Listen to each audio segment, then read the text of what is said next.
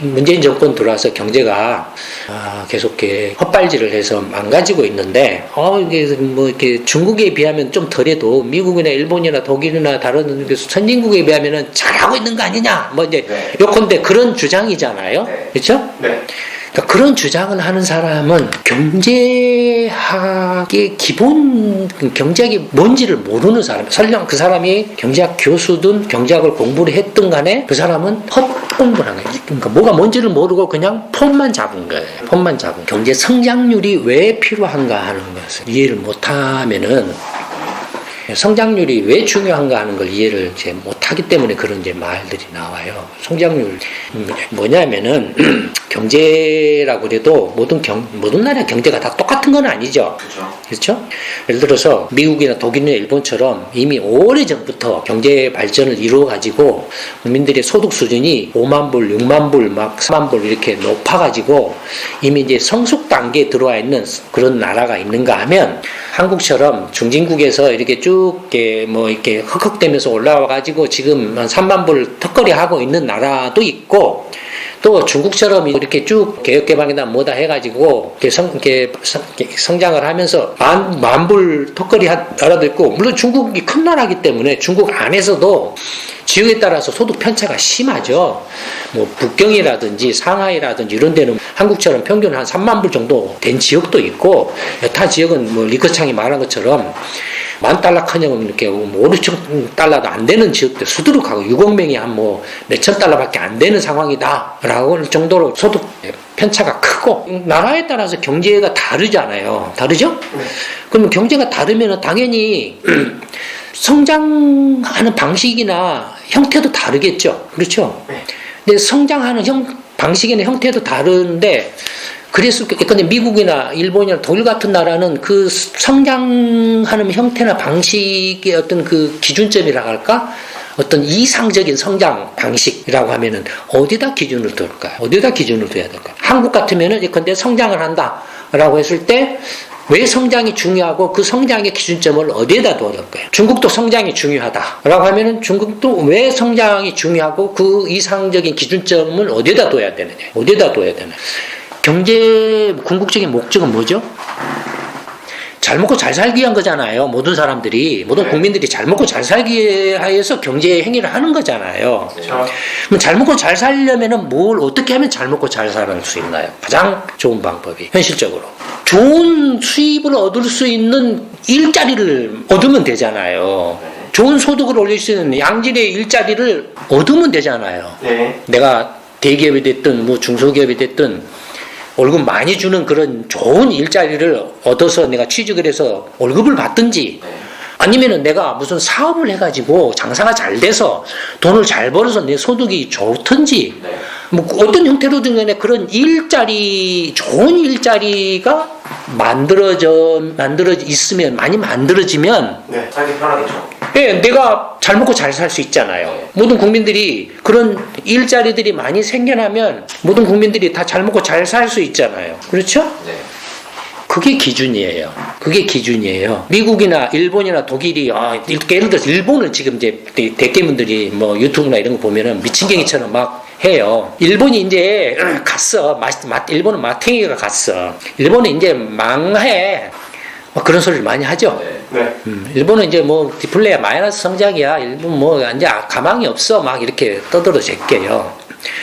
그러면 그렇게 일본이 마탱이가 가고 가망이 없고 이렇게 몰락한다라고 하면 일본에 실업자가 넘쳐나야 돼요. 그렇잖아요? 실업자가 넘쳐나야 돼요. 독일도 마찬가지예요. 독일도 이제 뭐 고급차 만들어서 판다라고 해도 그거 아니면 그거 말고는 별게 없어. 독일도 별 볼 일 없어라고 한다라면 독일도 실업자가 넘쳐나야 돼요. 미국도 마찬가지예요. 진짜 트럼프가 개판 치고 있고 뭐 미국도 뭐 하지만 달러 찍어내서 저렇게 버티고 있는 거야. 미국 지금 재책이 없어. 라고 떠들어 제낀다 이거야. 미국이 날아가면은 그 한국은 우주로 날아가죠. 아니 2008년 때 미국이 이청하니까 세계가 다 뒤집어져 버렸잖아요. 그러니까 이 대깨문들이 완전히 그 사이코야. 아, 네, 그 사이코 노래가 너무 좋은데. 예. 미국도 그렇게 경제가 개판이라면, 그래서 성장률이 개판이라면, 일본도 경제가 개판이고 성장률이 개판이라면, 독일도 경제가 개판이고 그래서 성장률도 개판이라면, 실업자가 넘쳐나야 돼요. 네. 근데 그렇습니까? 아니요. 미국은 지금 최고의 고용을 기록하고 실업률이 역대 최저를 기록할 정도로 낮죠. 소나이전이요? 네. 독일도 마찬가지죠. 일본은 어떻습니까? 이제 일할 사람이 없어서 난리죠. 일할 사람 못 구해서 난리죠. 네. 그러면 그건 뭘 말합니까? 성장률이라는 것은 그 나라의 양질의 일자리를 안정적으로 유지할 수 있는 수준의 성장률이 이상적인 성장률이죠. 네. 무조건 많이 성장하는 게 좋은 게 아니라 만약에 그 이상의 성장을 해버리면 어떤 상황이 발생하죠? 인플레가 발생을 해요. 네. 인플레가. 이해됩니까? 네. 한국의 경우에는 미국이나 일본이나 독일하고는 달리 한국의 경우에는 지금 어떻습니까? 지금 이제 실업이 늘어나고 있어요. 네. 실업이 늘어나고 있는 이유는 뭐죠? 지금 한국 경제가 경쟁을 잃어서 양질의 일자리를 못 만들어내고 있다라는 거예요. 네. 양질의 일자리를 못 만들어내고 있다라는 것은 그 표시는 어디로 나타나냐면은 성장률이 계속 떨어지고 있다라는 걸로 나타나요. 그러니까 성장률이 예를 들어서 미국이 2%, 일본이 1%, 독일이 뭐 1.5%라고 해서 낮다라고 해서 문제다라고 본 것은 정말로 경제에 대해서, 경제학에 대해서 그 사람이 경제학 교수가 됐든 경제학을 공부한 사람이 됐든 무슨 경제 전문가라고 자처하든 정말로 아무것도 모르는 사람이에요. 그런 사람들은. 수치만 놓고 단순 비교하는 거는 의미가 없다는 거네요. 네. 한국의 경우에는 안정적으로 이렇게 양질의 일자리를 이렇게 유지하거나 만들어낼 수 있는 수준의 성장률을 유지를 해야 돼요. 그게 어느 정도 성장률이냐는 한국 경제에 달려 있어요. 한국 경제의 잠재력에 달려 있어요. 예를 들어서 실업률이 근데 3% 정도일 때 사람들이 그래도 이 정도 선에서는 다들 이 정도 이런 일자리는 나 만족해. 여기서 이런 정도 월급 받고 일하는 건 괜찮아라고 생각하는 수준의 성장률. 그게 만약에 성장률이 3%라고 하면 3%가 한국 경제 입장에서는 이상적인 성장률 수준이에요. 적정 성장률 수준이에요. 이해돼? 중국의 경우에 잘 먹고 잘 살고 싶어하는 중국 사람들이 어마어마하게 많은데 매년 지금 대학 졸업장만 해도 1,000만 명씩 쏟아진다. 그 다음에 농민공만 해도 지금 뭐 3억 명 정도 있다 이거예요. 도시지역에 이제 실업자는 제외하거나도 적어도 중국 사람들이 이 정도면은 내가 먹고 살 수 있어. 충분히 나 만족하고 이렇게 이 정도에서는 내가 만족하게 생활할 수 있는 소득이 돼. 이런 정도 일자리는 괜찮아.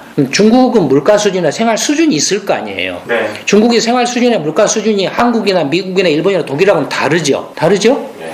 그러니까 그 수준에서 중국의 어떤 그 생활 수준에서 이렇게 잘 먹고 잘 산다라고 사람들이 느낄 수 있을 정도로의 그런 일자리를 안정적으로 유지시켜 줄 수 있는 수준의 성장률이 필요한 거예요.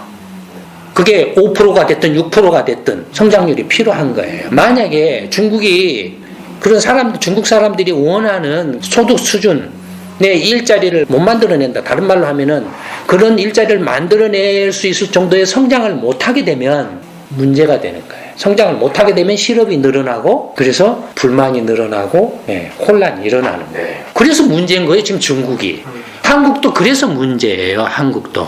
일본의 경우에는 어떻습니까? 일본 사람들이 자기들의 삶에 대해서 불만을 그렇게 막 표출을 합니까? 물론 표출하는 사람도 있죠. 근데 대체로 보면 일본 사람들의 경우에는 현재 일본의 생활 수준에 그래도 만족해 하고 있죠. 다만 고령화되다 보니까 노후 생활에 대한 불안이 커져 있을 뿐이죠. 고령화가 가장 많이 진척이 되어 있는 나라이기 때문에 거기에 대한 불안감이 커져 있을 뿐이죠. 일본이나 독일이나 미국 입장에서는 예를 들어서 1인당 소득이 6만 달러, 5만 달러, 4만 달러 해서 계속 국민들의 전체적인 평균적인 소득 수준을 6만 달러면 7만 달러, 5만 달러면 6만 달러, 4만 달러면 5만 달러 높여가려는 정책적 목표들이 있다 이거예요. 그런 소득 수준을 계속적으로 높여가기 위해서는 이른바 혁신이 필요하다 이거예요. 그런 혁신을 통해서 소득 수준을 높일 수 있는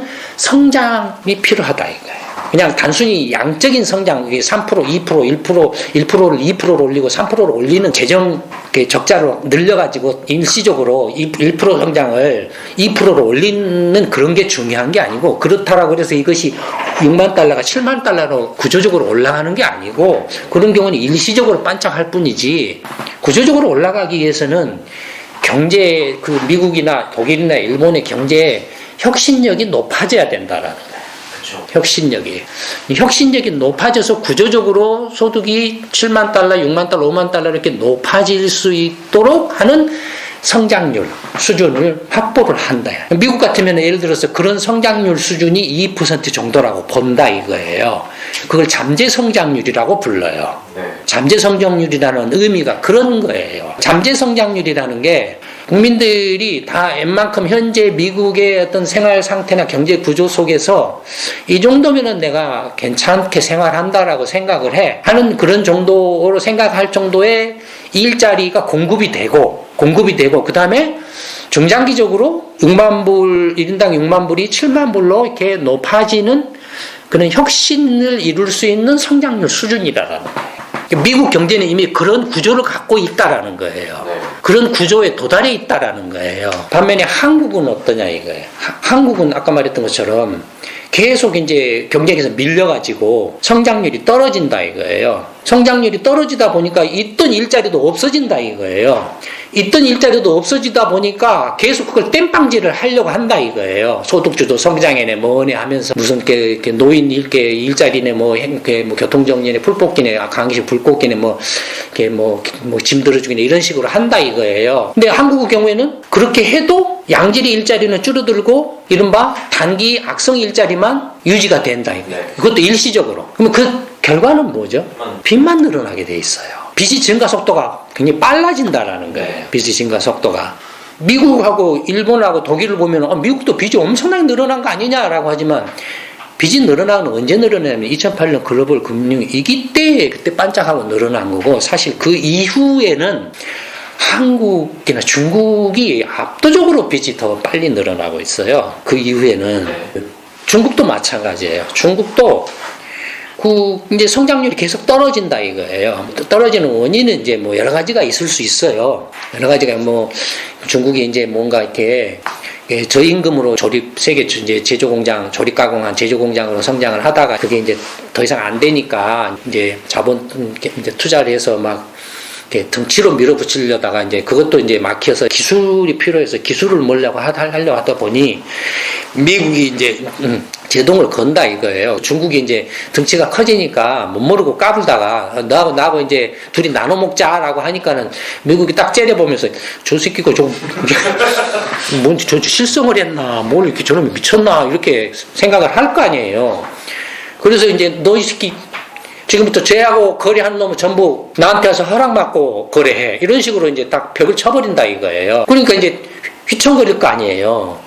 성장률은 어쨌든 간에 계속 이제 중국의 경제 구조가 바뀌어서 이렇게 5,000달러, 7,000달러, 8,000달러, 10,000달러 이렇게 소득 수준이 높아지고 중국인들의 소득 수준이 높아지니까 나름대로 그 생활 수준을 증가되는 소득 수준에 맞는 생활 수준을 유지할 수 있는 높은 월급을 주는 일자리가 계속 필요한 거예요. 예전에 5만원짜리 일자리보다 이제는 10만원짜리 일자리가 필요해요. 앞으로는 15만원짜리 일자리가 필요해요. 근데 계속 5만원짜리 일자리만 이렇게 돌고 있고 10만원짜리, 15만원짜리 일자리는 안 생겨난다 이거예요. 안 생겨나는 이유가 그걸 못 만들어내니까. 못 만들어낸다는 표시가 성장률이 계속 떨어지는 거예요. 그러다 보면 어떻게 되죠? 중국도 실업이 늘어나요. 실업이 늘어나게 돼 있어요. 중국도 그런 문제에 부딪혀서 성장률이 계속 떨어지고 일자리를 계속 이제 제대로 잘 못 만들어지고 하니까 그래서 어떻게 되는 거예요? 빚이 폭증을 하고 있는 거예요. 그래서 그러니까 이 경우는 한국이나 중국 같은 그런 모델의 경우에는 빚이 문제가 되는 나라예요. 이미 한국은 그 빚 때문에 여러 번 경험했잖아요. 빚이 문제가 돼요. 물론 중국은 덩치가 크니까 빚이 어떤 형태로 또 표출될지는 좀 예측하기는 조금 힘들 면도 있지만 분명히 그런 그 빚이 문제가 돼요.